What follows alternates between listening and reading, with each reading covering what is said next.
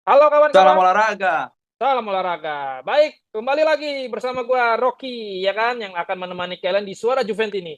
Seperti biasa nih, gak bosan-bosannya gua akan menginformasikan terupdate mengenai Juventus. Seperti biasa, gua selalu ditemani oleh Om-Om Ganteng yang akan menemani kalian di materi kali ini, ya kan. Kita kenalan dulu, ya kan, yang pakai baju hitam nih, ya kan, yang sering nomaden nih katanya. Nomaden. Halo guys, Assalamualaikum warahmatullahi wabarakatuh. Salam sejahtera Waalaikumsalam. untuk semuanya. Salam kebajikan, Om Swastiastu, Namo Buddhaya. Kenalin, gue Suryo dari, lu tahu kan bahasa Inggrisnya taro tempat sampah. Asik. Apa lagi sih? Ya, lu kayak Iya, Bintaro ya. Bintaro. Naruh tempat sampah. Gitu aja, Bro Rocky. Oke, baik satu lagi yang pakai baju UE-nya Juventus nih yang paling gue suka baju kayak Italiano ya kan. Monggo, Mas, silakan dikenalkan. Sopo jenenge?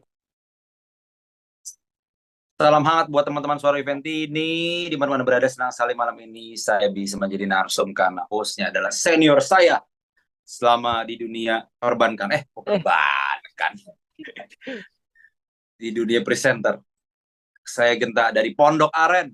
weh, wah nih Tangsel Pride nih ya kan kayaknya nih ada yang Bintaro, Tangsel ada Pride, yang di Pondok Aren. Pondok Aren. Baiklah.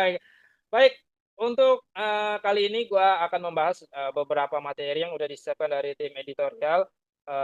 Di antaranya adalah rumor Mercato, yaitu ada pemain yang mungkin hidden gem nih ya kan, nggak kita tahu tiba-tiba diincar lagi oleh manajemen Juventus yaitu Berka Yilmaz. Ini aku juga nggak tahu siapa nih ya kan, tiba-tiba nongol aja di eh, FYP SYP-nya sosmednya Juventus ya kan, tiba-tiba Berka Yilmaz ini akan diincar oleh Juventus rencananya ya kan. Satu lagi materinya adalah di mana Juventus akan melakukan pertandingan friendly match melawan Nuremberg yang kemungkinan akan dilakukan tanggal 26 atau 25 ya pada minggu ini. Nah, kira-kira itu seperti apa nantinya kita akan bahas. Dan satu lagi adalah di mana Arkadius Milik nih kemungkinan akan pergi eh, dari Juventus. Nah, kira-kira siapa nih yang menjadi pelapisnya Vlahovic? Nah, seru kan? Kalau bahas Mercato ini nggak bakal bosen ya kan? Karena penuh rumor, penuh ya kejutan, kita nggak tahu ya kan. Baik, langsung saja untuk yang pertama, di mana Juventus akan melakoni laga persahabatan melawan Nuremberg. Karena seperti kita ketahui, Juventus lagi melakukan pemusatan latihan di Jerman, yaitu di headquarternya Adidas, di mana Juventus kemungkinan akan bermain di hari Jumat ya kalau nggak salah Jumat malam waktu Indonesia. Nah ini kira-kira formasi apa yang akan digunakan oleh Thiago Motta pada melawan Nuremberg? Kira-kira starting line up-nya bakal dipasang siapa nih ya kan? Nah, menurut kalian-kalian ini siapa aja nih pemain yang paling pengen dilihat nih, paling diharapkan untuk tampil saat melawan Nuremberg di bawah asuhannya Giuntoli. Maaf Giuntoli lah. Thiago Motta ya kan. Monggo untuk Bang Genta silakan kira-kira formasinya apa yang akan dilakukan. Oke, terima kasih Bung Rocky. Eh, gue juga kan belum belum belum apa ya. Kita semua belum pernah lihat Thiago Motta melatih Juve dalam satu match gitu. Ini debut nih ya, bisa bilang debut. Tapi memang kan orang juga punya gambaran tuh kan Motta tuh akan bermain seperti apa gitu. Nah, memang tapi kalau yang dirumorkan sih akan bermain 4-3-3 atau 4-2-3-1 gitu kan. Nah, jadi menurut gue nggak akan jauh-jauh dari situ. Nanti kan 4-4-2-3-1 ini bisa berkembang jadi 3 back sebenarnya gitu. Back saya apa bisa gantung. Nah, tapi memang kalau dari formasi sih karena masih pre-season, menurut gue sih belum ada yang baku ya gitu. Tapi mungkin Mota akan mencoba memainkan pemain-pemain yang sebelumnya udah menjadi jangkar Juve gitu kayak misalnya Gatti gitu akan langsung dimainin dari menit awal Cambiaso, Locatelli gitu. Nah, nanti mungkin dicoba Locatelli sama Thuram, Locatelli sama siapa terus Miretti yang kemarin perpanjang kontrak juga mungkin akan langsung inti main di belakang striker atau jadi gelandang serang gitu. Jadi mungkin sih pemain-pemain yang lama akan dicoba dimaksimalkan dulu sih sama Mota gitu. Kalau Chiesa kan baru datang, Vlahovic juga baru datang, mungkin akan di babak kedua lah gitu. Tapi memang Milik juga cedera. Nah, gue juga penasaran sih nanti penyerangnya siapa sih gitu. Pasti dari next gen kan kali ya. Itu aja sih Oh, gue. Kalau ngeliat dari list nama-nama yang di bawah sih, kayaknya nggak apa benar-benar full rotasi lah. jadi random aja ya yang ada squad saat ini ya kan, karena next Mm-mm. gen juga dibawa juga ya kan pada pemusatan latihan di Jerman kali ini. Nah, kalau kira-kira Bang Mm-mm. Suryo, kira-kira formasinya seperti apa yang akan ditampilkan oleh Thiago Motta, dan kira-kira starting line up-nya siapa aja tuh, dan siapa yang paling ingin lo lihat pada match kali ini? Nah, betul sekali. Kalau gue bisa berandai-andai seperti Thiago Motta, gue akan mencoba sebanyak-banyaknya lini tengah dengan gue formasi 4-5-1. 4-5-1. Nah, Oh, banyakan tengah ya. pas. Iya, karena kan kita ya oke lah kalau misalnya fundament kita dibangun dari tengah, karena kan Mota tahu gue fluid ya, maksudnya dia di tengah itu bisa maju, bisa mundur, kemudian di tim sebelumnya juga mengandalkan hanya satu penyerang yang bisa mungkin turun ke bawah juga. Untuk kiper gua mencoba di Gregorio. Oh, Nah, super baru ya. betul, betul, betul, betul. Untuk back kiri atau left back, gue coba Kabal. Sorry kalau salah. Ya, Kabal ya. iya Kabal. Kabal, center back Gatti, kemudian center back yang selanjutnya Jalo, right back tentu saja Cambiaso, dan 5 gelandang yang sangat-sangat powerful harus dicoba semua. Locatelli, Kepren Thuram, Fagioli, Miretti, dan Weah. Di mana anak-anak dari legenda-legenda Serie A ini harus segera dimainkan. Penyerangnya Vlahovic harus dia walaupun baru datang harus dicoba, dipasin dulu kakinya supaya ngerti. Kemarin-kemarin itu ini Vlahovic sebenarnya monster, cuman kemarin itu Allegri itu kayak nggak gigit gitu, kayak cuman ngunyah doang gitu. Itu kan permain karet cuman ngunyah doang gitu. Sayang banget ini Vlahovic monster. Jadi harus dicoba pas pada saat pertama di preseason ini Nuremberg. Kalau bisa dia nyetel langsung oke, nggak bisa nyetel langsung juga ketahuan nanti kekurangannya di mana, kelebihannya di mana, formasi yang harus dibentuk apa, yang kira-kira potensi bagusnya siapa di next gen. Kalau menurut gua gitu. Dan apa ya, gue penasaran sama Kepren Turam sih sebenarnya, karena dia bisa menjadi next Rabiot, menjadi fundamen yang oke, cederanya juga nggak terlalu sering, injury prone-nya rendah. Gue ngelihatnya di situ karena sebenarnya lini tengah Juve sebenarnya ya, kalau menurut gue itu nggak bukan yang nggak bertenaga, tapi kurang inovasi atau kurang improvisasi, kurang pemain kreatif. Nah di sini memang Douglas Luiz nggak dibawa ya, tapi semoga gue pengen ngelihatnya kayak Prenturam gitu, Bro Rocky. Oke, jadi pemain-pemain baru langsung diuji coba nih ya, ya kan kita ngeliat bagaimana performance-nya saat melawan Nuremberg kayak gitu kalau menurut Bang Suryo ya. Mm-mm. Oke, baik kalau gitu. Ya, kita tunggu saja pertandingannya karena baru dilangsungkan hari Jumat malam waktu Indonesia. Nah, kita lihat nih nanti biasanya di babak kedua akan terjadi pergantian pemain yang cukup besar. Biasanya kan mereka akan uji coba lagi nih formasi line up tier 2-nya ya kan, apakah cocok dengan skemanya Thiago Motta ya kan. Baik, untuk materi Ya. selanjutnya karena kita nggak banyak-banyak, ini rencananya katanya Arkadius Milik atau Arek Milik nih mau dilepas nih ya kan. Nah, kira-kira siapa yang akan menjadi penggantinya dan sebagai deputi atau pelapisnya Vlahovic jika Arek Milik pergi ya kan? Karena ada beberapa pemain yang sudah menjadi incaran Juventus yaitu Raspadori atau Retegui ya kan, pemain yang kemarin ikut semua pada Euro 2024. Nah, menurut Bang Geta, kira-kira adakah pemain yang di luar gua sebutkan tadi, apakah emang Raspadori dan Retegui ini cocok menjadi pelapisnya Arkadius Milik jika benar-benar pergi? Oke, pertanyaan yang bagus nih. Jadi sebenarnya jawaban ini mungkin bisa terjawab di seminggu ke depan itu, karena kita akan lihat bahwa sebenarnya Mota ini mau bermain nih dengan gaya seperti apa. Kalau misalnya dengan gaya bolonya, fix Mota tuh sebenarnya nggak butuh bomber gitu. Hmm. Ziyech aja itu bisa dibilang penyerang tapi nggak bomber-bomber banget gitu kan. dia liar dan sebagainya. Dan kalau di Juve sekarang sisa Vlahovic, di mana Mosikin Bomber cabut, Milik bisa mau dilepas, ya tinggal sisa Vlahovic nih, Bomber. Nah, jadi kalau ditanya siapa yang bisa datang antara Raspadori atau Retegui, duanya kan pemain berbeda. Retegui itu ya kayak Zirkzee gitu, dia agak Raspadori kayak Zirkzee, ya agak lincah, agak free roll sedikit lah, tapi lebih sering di sayap. Sedangkan Retegui ada bomber murninya. Kita lihat nih nanti misalnya mau pakai skema ada bomber, ya otomatis kayak Retegui yang diambil karena dia bomber lah gitu. Tapi kalau memang sebenarnya Mota nih masih pengen ala kayak di Bolonya gitu ya, nggak ada penyerang yang fix sebenarnya gitu, lebih ke penyerang sayap doang tuh yang agak fix kalau di Bolonya kan. Dia punya Orsolo ini di kanan, nanti mungkin di kanannya bisa Chiesa, bisa siapa, ada Yildiz juga di kiri. Nah, tapi kalau penyerang tengahnya tuh emang agak-agak liar. Kita lihat aja nanti siapa. Tapi kalau Itu dari sih, pilihan lu sendiri, selain itu ada lagi nggak? Apa emang itu aja udah? kemarin gue kira Morata sih, jujur aja. Milan. Karena Morata itu bisa bisa dia, walaupun gue juga bosen ya, cuman kalau menjawab taktiknya Mota yang gue bilang tadi, dia nggak punya penyerang yang benar-benar diem gitu ya, tanda kutip ya. Kalau Bomber kan bisa dibilang diem ya, disuapin golin, suapin golin. Yang Morata sebenarnya cocok gitu kan.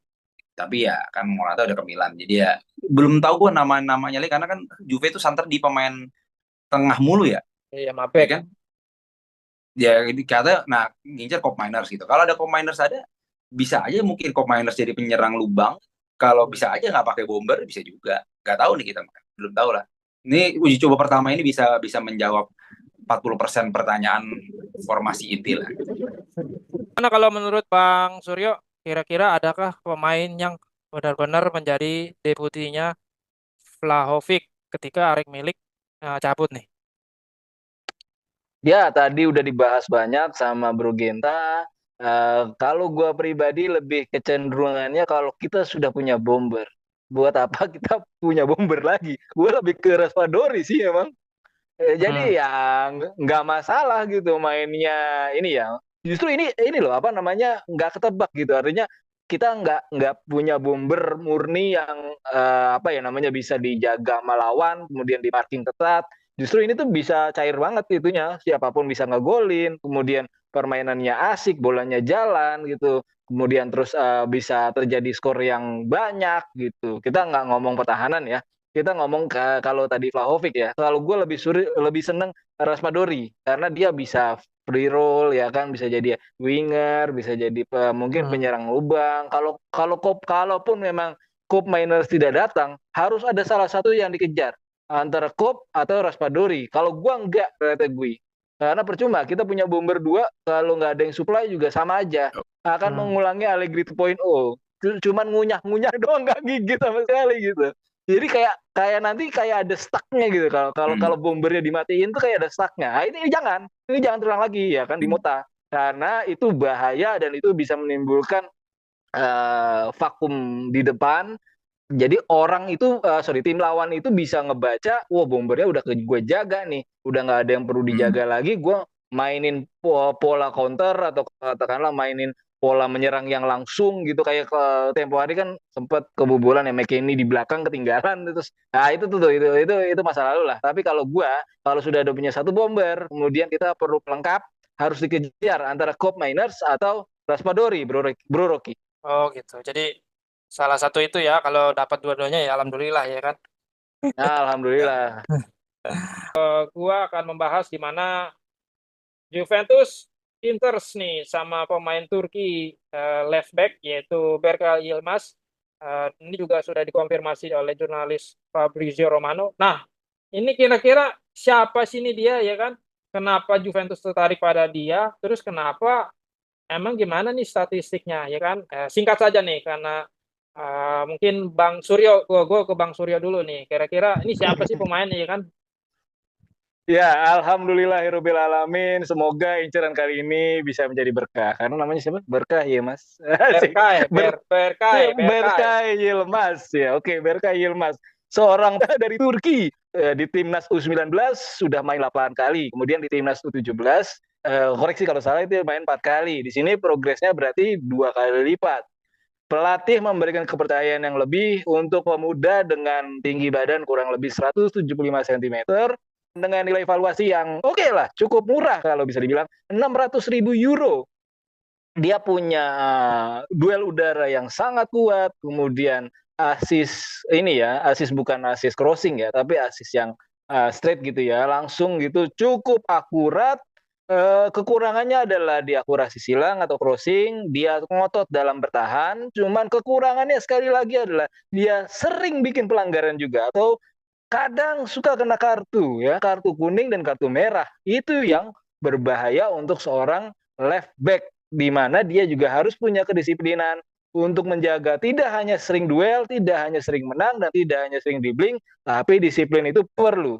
Di mana nanti akan disesuaikan dengan skemanya Thiago Motta, dan semoga sekali lagi pemuda luar biasa yang diincar dan diberitakan oleh Fabrizio Romano ini menjadi berkah ya Mas untuk Giuntoli dan sebagainya. Bro Rocky, berkah Mas. Jadi dia masih muda ya kan.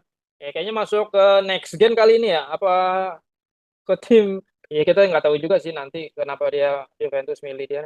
Nah kalau dari Bang Genta kira-kira tahu nggak di pemain ini ya kan? Sebenarnya nggak tahu ya. Tapi tadi googling, nah ternyata faktanya dia sedang bermain di Euro U19 yang sedang berlangsung bersama Turki gitu. Nah, kalau gue melihat sebenarnya tidak ada istimewanya sama sekali di level klub juga. Dia di klubnya juga masih di tim B-nya kalau nggak salah gitu kan. Jadi gue juga nggak ngerti kenapa Juve tertarik. Nah, malah faktanya gue menemukan bahwa di Italia sendiri kan juga lagi bermain ya di Euro U19 gitu. Iya. Nah, Juve itu udah punya bek kiri namanya Filippo Pagnucco. Filippo Pagnucco ini bek kiri yang dipanggil untuk timnas Italia U19 yang which is bermain bareng tadi dengan Yilmaz gitu kan di Euro yang sama gitu. Gue pikir kenapa Juve tidak memaksimalkan si Pagnucco ini yang penghuni gen Gen X apa next gen gitu. Penghuni next gen gitu udah jelas-jelas punya potensi gitu, dan Italia juga semifinal gitu, tapi gue masih belum mengerti kenapa Juve tertarik dengan back Turki gitu, padahal potensi yang main Italia sendiri ada tanpa harus keluar duit gitu. Maksud gue apa dia senang dengan Yildiz berhasil gitu, jadi dia mau coba peruntungan lagi tuh, apakah ada Yildiz kedua, bisa juga sih. Ini ya apa cek ombak ya kan? Cek ombak benar. Oke lah. Mirip kayak artis juga sih itu sekilas. Artis apa lagi? Fauzi Badila. Anjing. Lu perhatiin, mirip. Kalau menurut gue ya, mirip kayak artis Fauzi Badila, Bro Rocky. Oke lah kalau gitu. Baiklah. Muat bombe. Ya kita tunggu aja karena beritanya juga masih rare banget ini kan, karena masih cukup panjang juga bursa transfer. Ya segala rumor itu bisa saja nyangkut di semua klub pada Mercato kali ini. Ya karena juga ini masih muda juga ya kan, kita nggak tahu juga nih apakah benar juga, apakah cuma mang mau menaikin harganya dia juga nih kan. Baiklah kalau gitu. Ya udah, karena kita materinya nggak banyak-banyak. Terima kasih atas waktu dan opini-opini kalian pada kesempatan kali ini. Bagi kalian yang ingin join ke Suara Juventus ini, monggo nih, kita terbuka lebar karena kalian bisa berkesempatan kayak Mas Suryo dan Mas Genta yang ingin beropini, ingin berbicara di channel kami, silakan, ada di deskripsinya, monggo. Jangan lupa juga untuk subscribe dan juga ditulis komen-komennya, karena dengan komen kalian, kritik ataupun saran, kita bisa lebih baik lagi ke depannya untuk memperbaiki yang kekurangan-kekurangan dari yang pernah ada, ya kan. Jangan juga lupa di-share nih ke kalian nih, ada channel yang bisa beropini, yang bisa melakukan kayak seperti ini, ngobrol-ngobrol tentang Juventus, ada di Suara Juventus. Akhir kata, terima kasih dari gua, terima kasih Bang Suryo dan Bang Genta. Vino alla fine. Masih Bang Rocky. Ya, Forza Juve.